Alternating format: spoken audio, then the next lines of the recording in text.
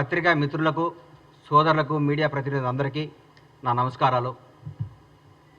నిన్నటితో ప్రజాపాలన వచ్చి కాంగ్రెస్ ప్రభుత్వం గొప్పగా, అద్భుతంగా, ప్రజలందరూ మెచ్చుకునే విధంగా తెలంగాణనే కాకుండా ఆంధ్రప్రదేశ్, పక్క రాష్ట్రాల మహారాష్ట్ర కానీ, కర్ణాటక కానీ, ఒరిస్సా కానీ, ఛత్తీస్గఢ్ కానీ ప్రతి ఒక్కళ్ళు తెలంగాణ ఈ 30 రోజుల పరిపాలన గురించి చెప్పుకుంటున్న ఈ తరుణంలో నిన్న మాజీ మంత్రి హరీష్ రావు గారు, టీఆర్ఎస్ నాయకులు నిన్న మాట్లాడుతూ ఏదేదో మాటలు, ఎంత భయంకరంగా అంటే ఒక మనిషి అసూయ పీక్స్కి వెళ్ళిపోతే ఎట్లుంటుంది, ఒక కుళ్ళుబోత్తనం ఎట్లుంటుంది, ఒక తట్టుకోలేనితనం ఎట్లుంటుంది అంటే ఆయన ప్రెస్ మీట్ ఒకరోజు హరీష్ రావు గారు పెడతారు, ఒకరోజు కేటీ రామారావు గారు పెడతారు, ఇంకో రోజు గ్యాప్ ఇచ్చి కవిత గారు పెడతారు. వీళ్ళు ముగ్గురే ప్రెస్ మీట్లు కూడా పెట్టేది. ఎందుకంటే టీఆర్ఎస్ నాయకులకు తెలుసు బ్రహ్మాండంగా చేస్తుంది కాంగ్రెస్ ప్రభుత్వం.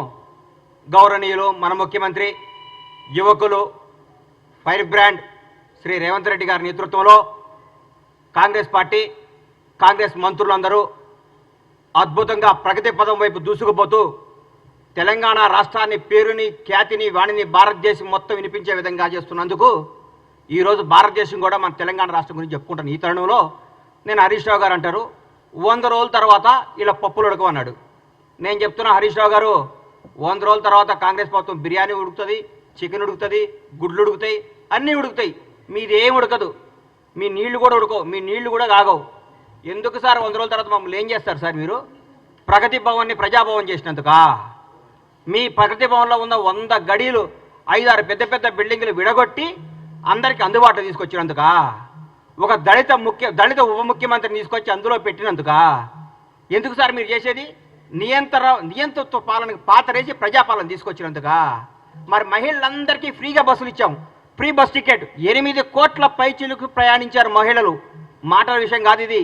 8 కోట్ల మంది స్త్రీమూర్తులు ఫ్రీగా తెలంగాణ రాష్ట్రంలో టికెట్ లేకుండా. అందరూ అనుకుంటున్నారు నిన్న, అన్న ఈ నెల నాకు 1300 మిగిలినాయి, ఈ నెల 1500 మిగిలినాయి, ఈ నెల 1600 మిగిలినాయి, ఈ 1600 తీసుకపోయి చిట్టి కట్టుకుంటా అంది మా ఇంట్లో. పాపం మా ఇంట్లో పనిచేసే ఒక అమ్మాయి. నాకు చాలా ఆనందం అనిపించింది. ఇది ప్రజాపాలన అంటే, ఇది ప్రజాప్రభుత్వం అంటే. 10 లక్షల రూపాయలు మేము ఆరోగ్య బీమా కింద పంపించినందుక మీరు ఏం చేస్తారు సార్? మేము ఏ నిరంకుత్వం లేకుండా, ఏ రికమెండేషన్ లేకుండా నీతిగల, నిజాయితీగా పరిపాలన అందిస్తున్నందుక, నీతిగల నాయకుల్ని మంచి మంచి ఉద్యోగాలు నిర్మించినందుక ఏ ఫీలింగ్ లేవు. సమాజం ప్రతి ఒక్క కమ్యూనిటీని తీసుకొని నీతివంతమైన అధికారులంతా నియమించి ముందుకు తీసుకుపోతున్నారు ముఖ్యమంత్రి గారికి రేవంత్ రెడ్డి గారు. మీరు దీనికా సార్ ఎందుకు కుళ్ళుకుంటున్నారు సార్? మీరు నాకు అర్థం కావట్లేదు.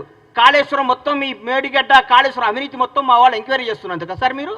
మా మంత్రులందరూ మా ముఖ్యమంత్రి గారితో పాటు కొలీగ్స్ అంటే అది బ్యూటీ ఆఫ్ డెమోక్రసీ అంటే చూపిస్తున్నాం కాంగ్రెస్ ప్రభుత్వం. ముఖ్యమంత్రి నేను, మీరందరూ దూరం ఉండాలి, మీకు ఇంటర్వ్యూలు ఉండు, నేను రూమ్లో ఉంటా, నేను ఫామ్ హౌస్లో ఉంటా, నేను ప్రగతి భవన్ నుంచి రాను, నేను ఎవరు కనపడను, నాకు 3 వస్తే బయటకు వస్తా, 3 రాకపోతే ఇంట్లోనే ఉంటా, నా ఫుటానే చూసుకొని పరిపాలించుకోమని చెప్తలేరు మా ముఖ్యమంత్రి. ప్రతిరోజు ప్రజలకు, నాయకులకు, అందరికీ అందుబాటులో సచివాలయంలో, ఇంట్లో ప్రతి కార్యక్రమానికి వెళ్తున్నారు, ప్రతి ఒక్కరితో మాట్లాడుతున్నారు, మొబైల్కి వెళ్తున్నారు. ప్రజల ముఖ్యమంత్రి, ప్రజా ముఖ్యమంత్రి. అందుకా సార్ మీరు మమ్మల్ని 100 రోజుల్లో మమ్మల్ని మా పప్పులు ఉడుకొని చేసేది? ఏం చేయమంటారు? మమ్మల్ని పడుకోమంటారా? అవినీతి చేయమంటారా? మీ దగ్గర ఒక మంత్రి ప్రెస్ మీట్ పెట్టాలంటే మీ దగ్గర పర్మిషన్ తీసుకోవాలి. మీ దగ్గర ఒక ఎమ్మెల్యే మాట్లాడాలంటే మీతో నోటు పెట్టాలి ముందు. మీకు సార్ అని ఇట్లా నోటు చేస్తున్నా, దయచేసి పర్మిషన్ పెట్టొచ్చా అని మీరు, మీ సారో ఎవరో చెప్తే అప్పుడు ఒప్పుకోవాలి. మీరు అది పెట్టలేదు. ఈ గత 10 ఏళ్లలో మీరు ఎంతమంది మంత్రులు ప్రెస్ మీట్ పెట్టారు? ఎంతమంది మీరు వచ్చి ఢిల్లీకి వచ్చి కార్యక్రమాలు చేశారు? నేను అంటారు ఈ పార్లమెంట్లో కంపల్సరీ గెలవాలి. కంపల్సరీ గెలవకుంటే మన తెలంగాణ సమస్యలు ఢిల్లీలో మాట్లాడేది ఎవరుండరు. ఈ 10 ఏళ్ళు ఎవరున్నారు సార్ అధికారంలోకి? మీరు ఎంతమంది ఎన్నిసార్లు మీరు ప్రధానమంత్రి గెలిచారు సార్? ఎన్నిసార్లు కేంద్ర మంత్రులు గెలిచారు సార్? ఎన్నిసార్లు తెలంగాణకు రావాల్సిన హామీల గురించి మాట్లాడుకున్నారు సార్ మీరు? 30 రోజుల్లో మా ముఖ్యమంత్రి గారు, మా మంత్రులు ప్రతి ఒక్క సమస్యని ప్రధానమంత్రి గారి దృష్టికి, హోంమంత్రి గారి దృష్టికి, ప్రతి మంత్రి దగ్గరికి పోయి సార్ మా పరిస్థితి ఇది, మాకు ఇది రావాలి, మాకు ఇంతమంది ఐఏఎస్లు కావాలి, మాకు ఇది కావాలి. కనీసం తెలంగాణ ఆత్మగౌరవం చెందమైన జనవరి 26 నాడు చెట్టకాన్న పెట్టించారు సార్ మీరు. మా ముఖ్యమంత్రి గారు పోయి ప్రధానమంత్రి గారిని ఇట్లా రిక్వెస్ట్ చేసి సార్ మా తెలంగాణ గౌరవం ఇది, మాకు ఇవ్వండి సార్ లెటర్ పంపిస్తే మాకు ఓకే చేశారు. అది ముఖ్యమంత్రి గారు చేస్తున్న పని. ఇంకేం సార్ మీరు మాట్లాడితే? మీరు ఏం కావాలి మీకు? మేము ప్రజల పరిపాలన కూడా బాగా చేయొద్దా? జనాన్ని వివేకవంతులు చేయొద్దా? జనాన్ని ప్రగతి పదం వైపు దూసుకుపోనియొద్దా? తెలంగాణ అవినీతిని అంతం చేయొద్దా? ఏం చేయమంటారు? 10 ఏళ్ళు మీరు కనీసం, నేనైతే మీరు ఓటమికి కనీసం 2 సంవత్సరాల ప్రెస్ మీట్ బెటర్. వీళ్ళు మామూలుగా వీళ్ళు మొత్తం ఎందుకు ఓడిపోయామని దాన్ని సమీక్షించుకుంటూ కూర్చుంటారన్న. అరే మా ఆగం పాడుగాను రోజు ఒక ప్రెస్ మీట్, ప్రతిరోజు ప్రెస్ మీటా సార్? దేనికి? ఏం చేస్తారు సార్ మీరు ప్రగతి భవన్ నుంచి వెళ్ళిపోయిన రోజు నుంచి ఈ రోజు వరకు చూస్తున్నా మీరు ఆ టీఆర్ఎస్ భవన్లో కూర్చొని ప్రెస్ మీట్లు పెట్టుకోవాల్సిందే. రాబోయే 10 ఏళ్ళు, రాబోయే 10 సంవత్సరాలు మీరు టీఆర్ఎస్ భవన్లో ప్రెస్ మీట్లు పెట్టుకోవాల్సిందే. మీరు ఈ ప్రజాప్రభుత్వాన్ని చూసి కుళ్ళుకోవాల్సిందే. ఈ ప్రజాప్రభుత్వం గురించి మీరు రోజు బాధపడాల్సిందే. మీరు ఏ విధమైన చేయలేరు.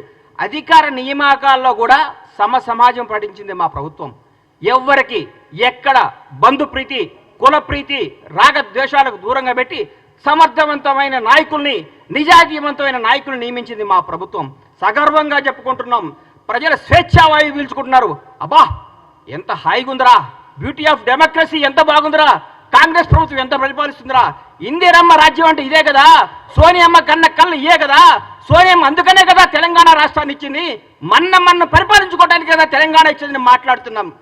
అంత జనమందరూ చెప్పుకుంటున్నారు సార్. ఈరోజు మేము ఎవరి దగ్గర బానిసత్వంగా ఉండలేదు. మీ దగ్గర బానిస బతుకు కదా సార్. 10 సంవత్సరాలు తెలంగాణ ప్రజలందరూ బానిస బతుకుని తెంచుకొని వచ్చారు. హరీష్ అన్న, మీరు 10 సంవత్సరాల పాటు మంత్రిగా చేశారు.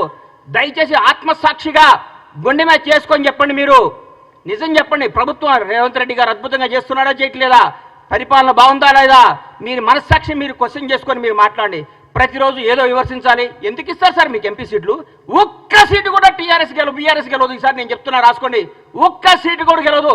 రండి, మీ ఓడిపోయిన మంత్రులు అందరూ వచ్చి, మీరందరూ వచ్చి, మీకు దమ్ము ఉంటే అందరూ వచ్చి ఒక్కొక్క పార్లమెంట్లో పోటీ చేయండి. అందరూ రండి, ఎంతమంది గెలుస్తారు చూద్దాం. ఒక్కడు ప్రజలు కోరుకుంటున్నారు కాంగ్రెస్ ప్రభుత్వాన్ని. ఈరోజు ఢిల్లీలో ప్రతిపక్షంలో ఉన్నాం, రేపు అధికార పక్షంలోకి రాబోతున్నాం. ఢిల్లీలో కూడా మేము ఏం చేస్తారు సార్? మీరు టీఆర్ఎస్ ఎంపీలు గెలిచి ఏం చేస్తారు సార్? అక్కడ ఏం చేస్తారు సార్? ఈ 10 ఏళ్ళు ఎందుకు పోలేదు సార్? ఈ 10 ఏళ్ళు హైదరాబాద్ ఢిల్లీ ఫ్లైట్లు బంద్ అయినాయా? ఈ 10 సంవత్సరాలు హైదరాబాద్ ఢిల్లీకి ఫ్లైట్లు లేవా? ట్రాన్స్పోర్ట్ అయినా ఆగిపోయిందా? ఈ 30 రోజుల నుంచి ట్రాన్స్పోర్ట్ వచ్చిందా? మీ ముఖ్యమంత్రి గారు ఎన్నిసార్లు కలిచారు సార్?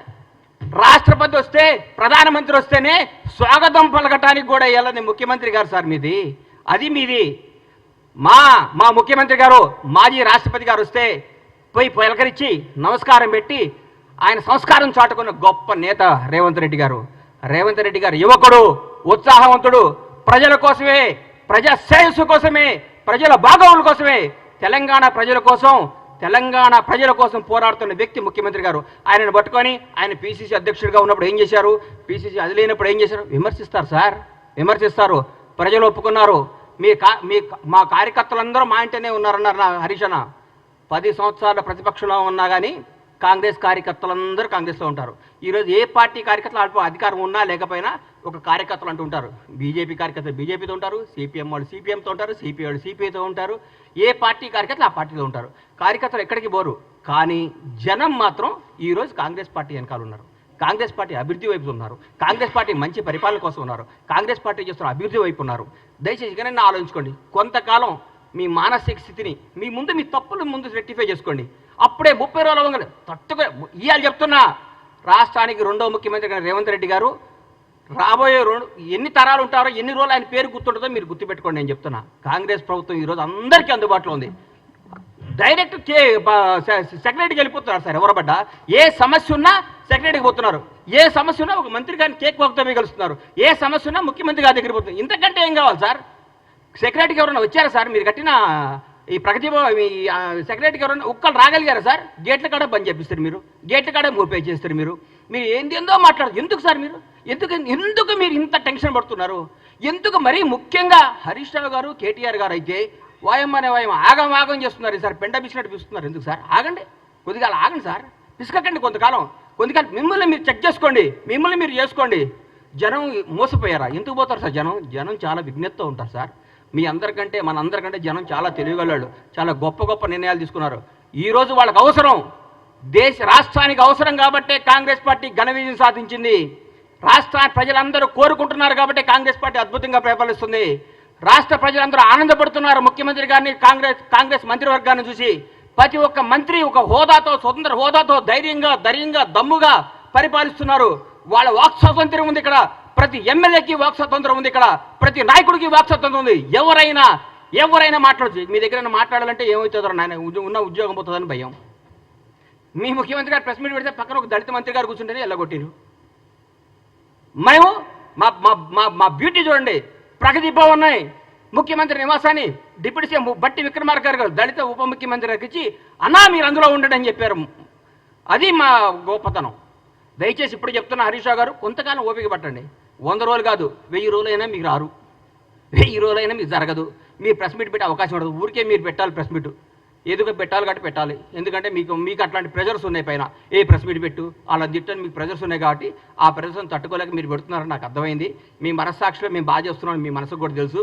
మీరందరూ మా ముఖ్యమంత్రి గారిని, మా ప్రభుత్వాన్ని మెచ్చుకొని మమ్మల్ని ప్రోత్సహించి ప్రజలకు మంచి చేద్దాం, ప్రజలకు అద్భుతాలు చేద్దాం, ప్రజలకు ఫలాలని చేద్దాం. కానీ మా 6 గ్యారెంటీలు అమలవుతాయి, మా 6 గ్యారెంటీలు అందరికీ వస్తాయి.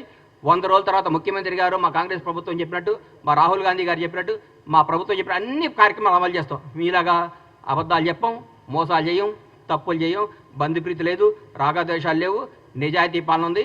మీరందరూ కొద్దిగా ఓపిక పట్టాలని మనస్ఫూర్తిగా కోరుకుంటూ సెలవు తీసుకుంటున్నాను. Thank you.